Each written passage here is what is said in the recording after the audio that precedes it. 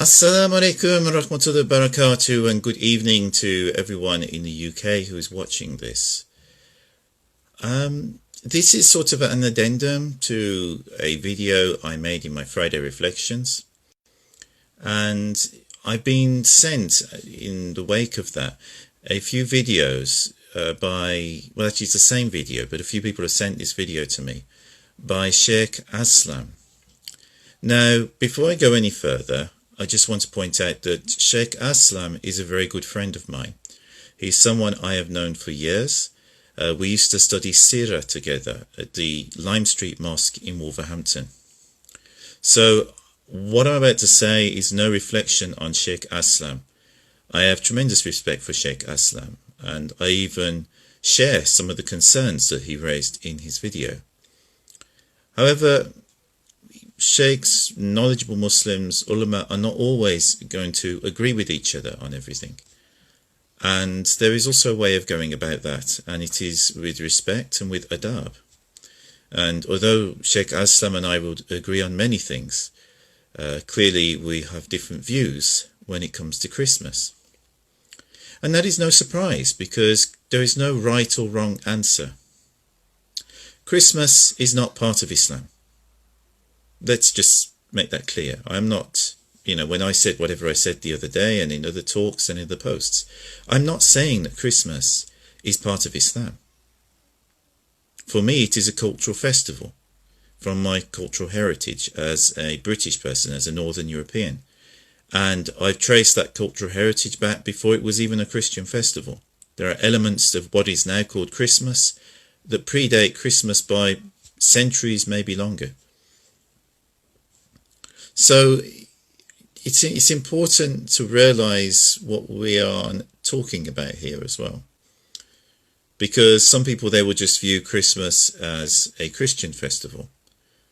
And this is especially true when they're not Christians. Other people will view Christmas as a cultural festival because it is one of their national festivals, like it is in the United Kingdom.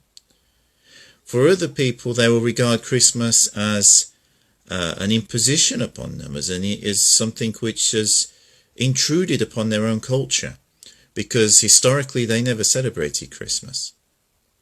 Historically they had their own festivals, and this isn't only true of this isn't only true of Muslims. This is also true of Hindus and people of other faiths.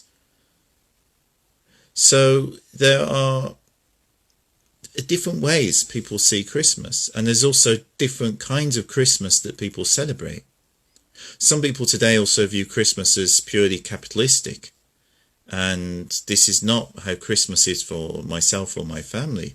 Christmas for us is a family celebration. It is a sharing of love and spending time together as a family.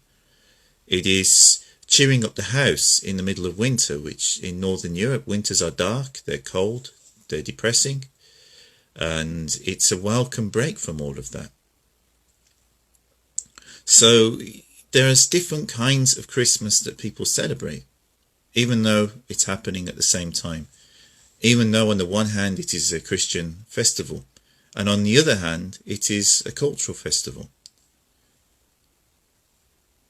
And someone says to me, don't confuse the two. Well, there is an overlap.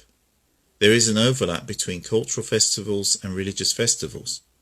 So it's not always easy to distinguish. There are also religious festivals in India, for instance, like Diwali, which are celebrated by different religions for different reasons. Although they're happening at the same time, and they're celebrated in different ways. So there's different things going on here as well. But getting back to what Shaykh Aslam said, he was highlighting the fact that there are some Muslims who are very passionate about celebrating Christmas, but then they don't celebrate the Eids, and they don't mark the Fridays, and maybe they don't pray in the mosque. Now, the way I see this is the issue is not Christmas. The issue in these cases is a lack of Iman. And Iman is an individual thing. Iman is something which varies from one individual to another individual. And just because people are born into Muslim families, it does not mean that they are automatically people who possess a lot of iman, or even the insight in their heart that they really believe in the Muslim faith. This is reality. This is not people theorizing. This is not ideas. This is just simply reality. And if people are honest with themselves and honest with those around them, we will discover that this is true of a lot of people. Just like on the reverse, you've got people like myself that grew up within families that didn't practice a particular religion. My parents might have put Church of England on paper, but they never practiced Christianity in the house. We didn't go to church every Sunday or anything like that.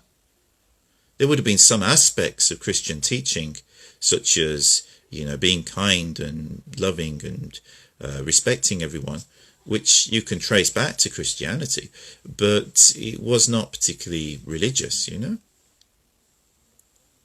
So we grew up in an open-minded household that didn't really practice religion, although we had certain principles that we lived by, and these principles were passed down to us children by our parents.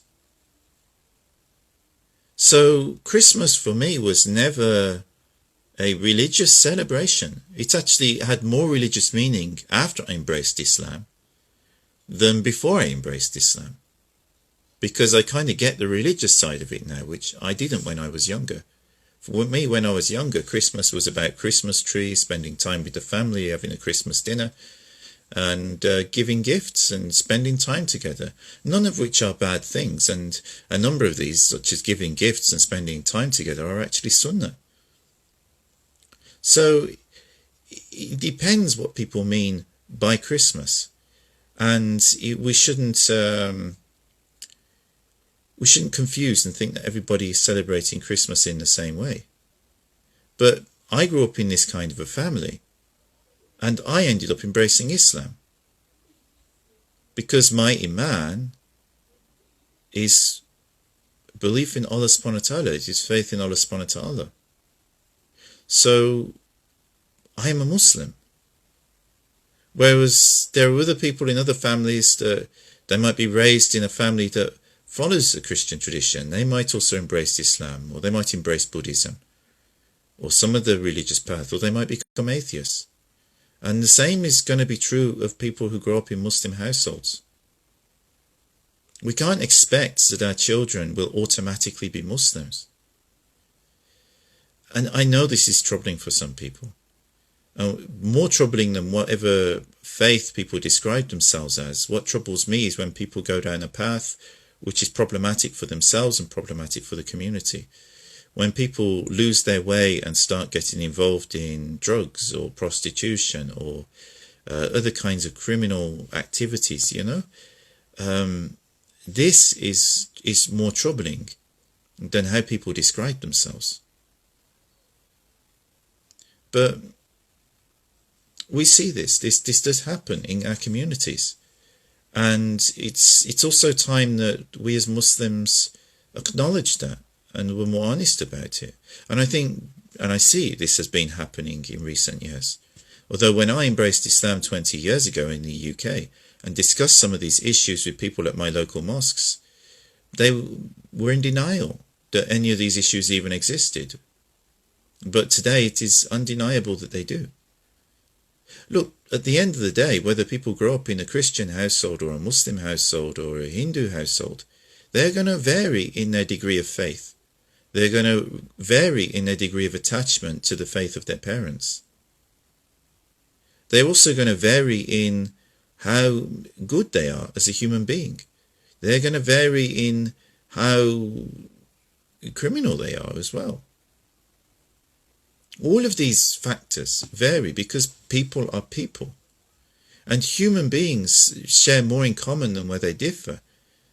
It's not without reason that the Holy Quran addresses itself first and foremost, obviously, to Prophet Muhammad Aslam, who was the prophet to whom it was revealed, but then to al-insan, to humanity. Why does the Quran address itself to humanity and not specifically to Muslims? Because human beings are alike. It doesn't matter whether people are Christians or Muslims or Hindus or, we might think it does on a surface level, but people will be human beings. And so obviously those human beings, they will vary in attachment to their religious beliefs. They will vary in their practice of religious beliefs. And it's not Christmas that's the problem in these cases. And you could use any other example, you know. Assalamu alaikum. How are you, Jamil? It's good to see you. I'm just discussing a video that people sent to me by Shaykh Aslam, and you know how he understands Christmas. And this is another thing as well. For me, Christmas is part of my cultural heritage. For anybody from a European background, or from North America, or you know, Australia, or even South America, Philippines, places like this where Christmas has traditionally been celebrated, it is part of our culture as well as part of the religion of some people, and it is celebrated by people regardless whether they are religious or not, because it's become a national day in our countries. That doesn't mean we all go to church and celebrate Mass, and it certainly doesn't mean that everybody who celebrates Christmas believes in Christian doctrine. A lot don't. But it's become a national festival. And what's the difference between celebrating one national festival and another national festival? And some people will say, well, this is not in Islam, so we shouldn't celebrate it. Well, okay, it's not in Islam, but then neither is New Year, neither are birthdays. Neither is Pakistan National Day. Should we not celebrate Pakistan National Day? Because it's not in Islam? Does that mean it's haram? Of course it doesn't. But in the same way, it depends with these other festivals what you do on the festivals, more than anything else, and what those festivals mean to whoever celebrates them. If they mean nothing to you, and they're not part of your tradition, so don't celebrate them. I'm not saying if they're not part of your tradition or part of your heritage that you should suddenly start celebrating things that have no relevance to you. Of course, if you know people who do celebrate these festivals, whether it's Christmas or Diwali or any other festival, greet them in a nice way, especially if they wish you the greetings of their festival. Return the greetings. And also when it comes to Eid, give them Eid greetings as well. But I'm not saying that you should start celebrating any of these festivals if they mean nothing to you and have no relevance to you or your families. However, there are people for whom these do have relevance, and that doesn't make them outside of Islam, and it doesn't make the celebration of these festivals haram for them. Of course, it depends what they do on those festivals. I mean, if they start drinking alcohol and eating pork, well, these things are haram. And there would always be haram, whether it's Christmas or Eid or whatever day it's on. But at the same time, if people they are doing halal activities on these days and spending time with their families, then they're no more haram or less haram than any other day. So I think as Muslims, it's good that we have this conversation and that we straighten these issues out. And like I said, this is not about Shaykh Aslam. You know, we share a difference of opinion on this. But that's fine, you know. Muslims have always had differences of opinion. And I'm only saying what I'm saying now just to clarify a few points, which I hope this is a bit clearer now. Because there are many things which are not part of Islam that are part of the things which are very clear. So, for instance, if someone comes along and says there are 6 Fard prayers in a day, then they're changing Islam. This is not. They're doing something else. You know, you could say it's another religion. But if someone is not changing, you know, the 5 daily prayers or changing the essential points of Islam, but they're talking about other things, just like I mentioned, Pakistan National Day is a national festival, or birthdays, or things which are not specifically mentioned in Islam, but they're not forbidden by Islam either. And there's no clear evidence that they're forbidden. Then we can't say that there is a right or wrong answer. And people will naturally vary on these issues in what they believe, what they think is the right thing to do, and what they do themselves. And that's a good thing, that's not a bad thing. Otherwise, Islam would become some kind of oppressive system which is forcing everybody to follow certain things a certain way. And that wouldn't be good for anybody. So I hope you understand this, and you understand where I'm coming from, and it gives you some food for thought. But I wish you all the very best. May Allah bless you all, whether you celebrate Christmas or don't celebrate Christmas. That's up to you. I mean, I'm not telling anybody to do anything they don't want to do. And let's pray things that turn out better in the new year. I wish you all the very best. Assalamu alaikum wa rahmatullahi wa barakatuhu.